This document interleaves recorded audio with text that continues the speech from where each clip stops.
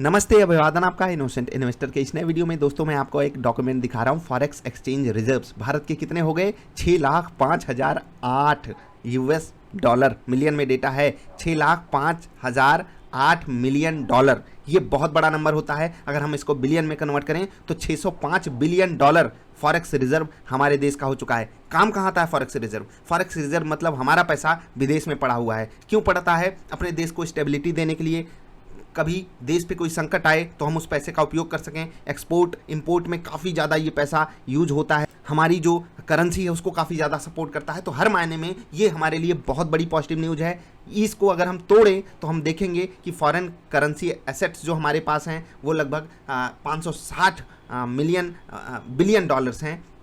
इसको अगर आप तोड़ोगे तो यूरो हो जाता है, डॉलर सबसे मेन होता है इसमें। तो हमारा पैसा इसमें पड़ा हुआ है लगभग 560 बिलियन डॉलर। सोने में भी हमने दबाकर पैसा रखा हुआ है। स्पेशल ड्राइंग राइट्स के हिसाब से भी हमारे पास काफ़ी पैसे हैं।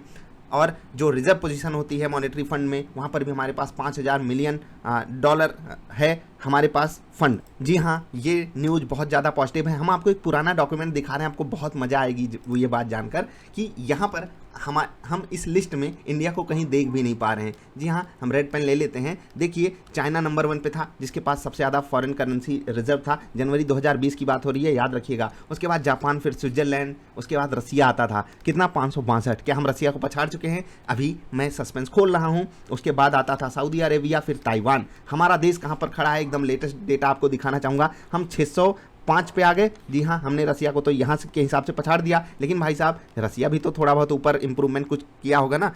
बिल्कुल किया है। रसिया भी 605 पे आया है, हम भी 605 पे आ गए हैं। तो हम लगभग रसिया के बराबर हो चुके हैं। तो चौथी और पांचवी पोजीशन को अगर आप एक बार के लिए कह सको तो टाई भी हो चुका है। हम एक बार विकिपीडिया की वेबसाइट पर लेकर चलते हैं, आपको यहाँ पर एकदम लेटेस्ट डेटा दिखा देते हैं। रसिया का भी 605 बिलियन डॉलर है, हमारा भी 605 बिलियन डॉलर है। बस कुछ ही दिनों की बात है जब हम रसिया को पछाड़कर नंबर 4 पे अपना दबदबा बना देंगे।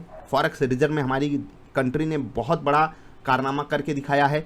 यहाँ पर आप देख सकते हो कितनी बेहतरीन इंप्रूवमेंट हुई है। रसिया इंप्रूव नहीं कर पाया है। अब हमको जिन 3 देशों से लड़ना है उनके रिजर्व्स काफ़ी ज़्यादा हैं और वहाँ पर हमको जो है काफ़ी बेहतरीन परफॉर्मेंस भी करके दिखानी होगी।